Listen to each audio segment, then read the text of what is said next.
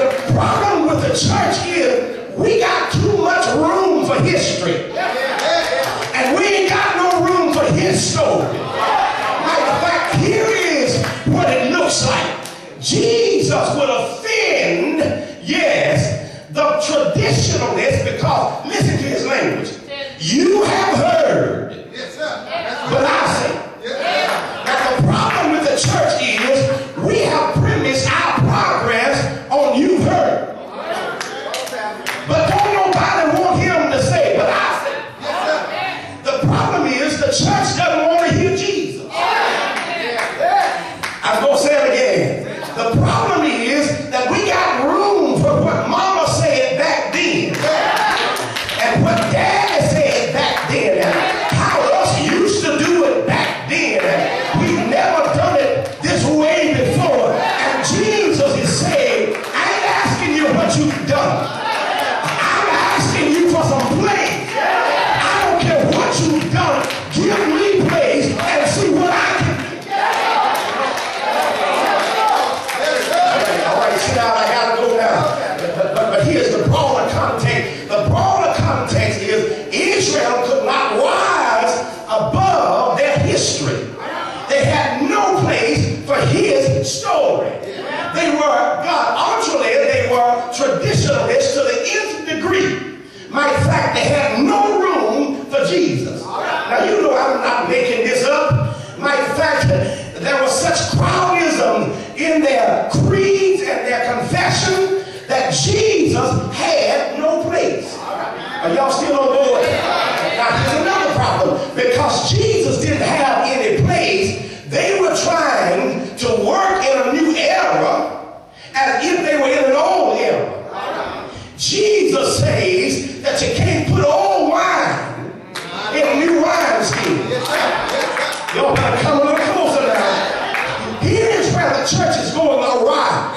We got the same, and we got to tell the same old story, but we got to engage some new methods.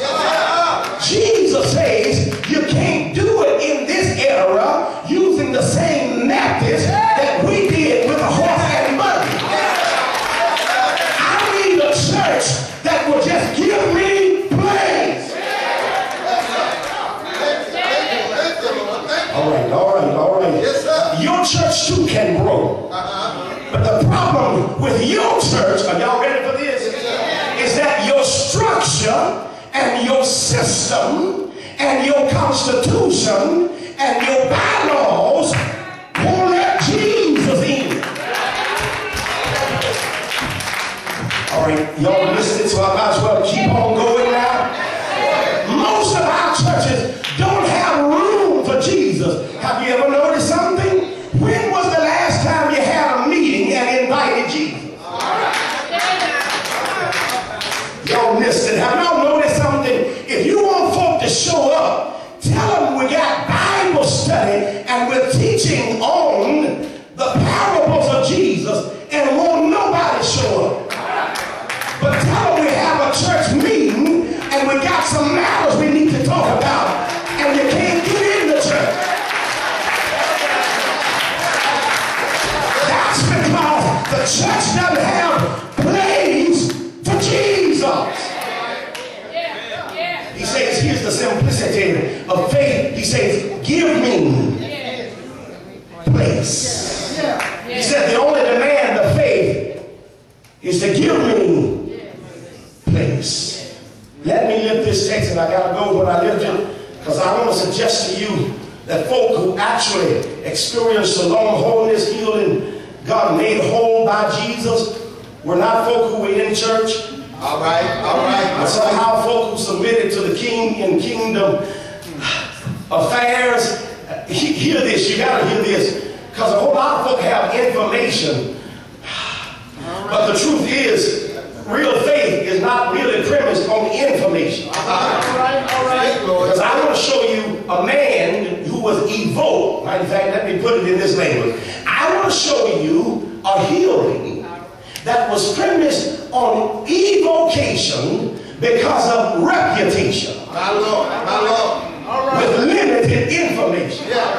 I'm going to get it out the wild. I want to show you a ruler God, Jairus, who didn't have a whole lot of information.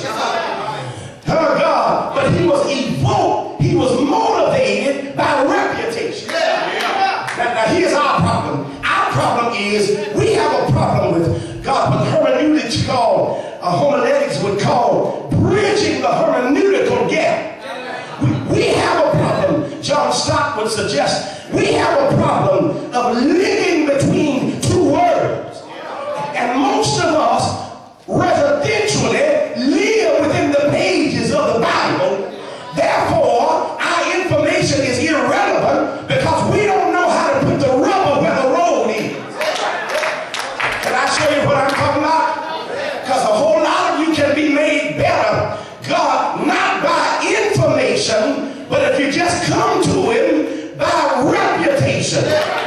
You ain't got to know a whole lot. What you got to know is through observation. I've seen some folk, God, who wasn't living right. I've seen them made straight.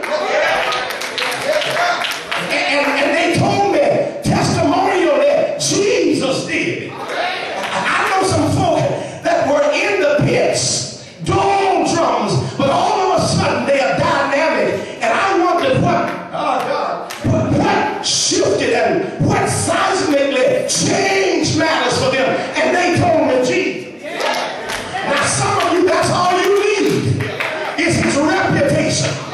Can I pause long enough to tell you that empirically he has evidence to demonstrate that he is who they say he is?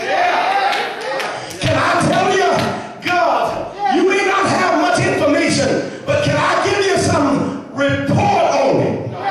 Can I give you a report on him? I said he makes things better.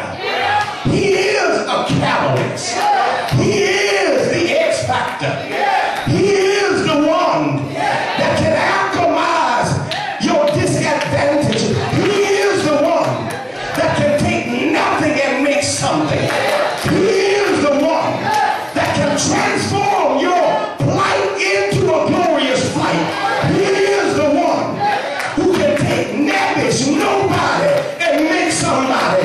He is the one that can reach in the lowland and bring you to the highland. He is the one that can travel in the valley without becoming valley oriented and pioneer your path to a place called Mountain Peak. I got some witnesses here.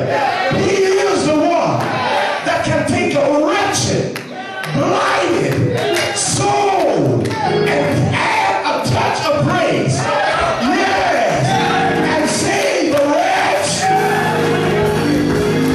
I wish I had 1 or 2 witnesses here because I came to Jesus just as I was. And I tell you why I came. I was evoked by his reputation. My grandmother told me she did. Then I heard my dad say he did. And then my mother told me she did. And if it weren't for grandmother, and if it weren't for dad, and if it weren't for mother, evocation, my reputation, he has a mighty good reputation.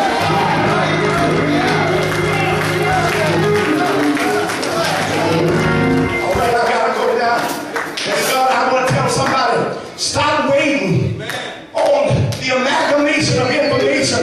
Step out on what you have already received.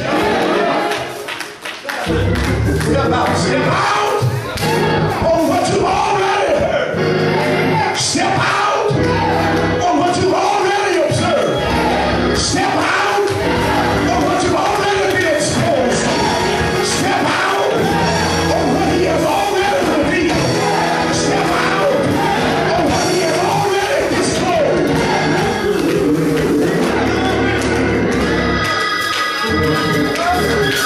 I'm going now. But is there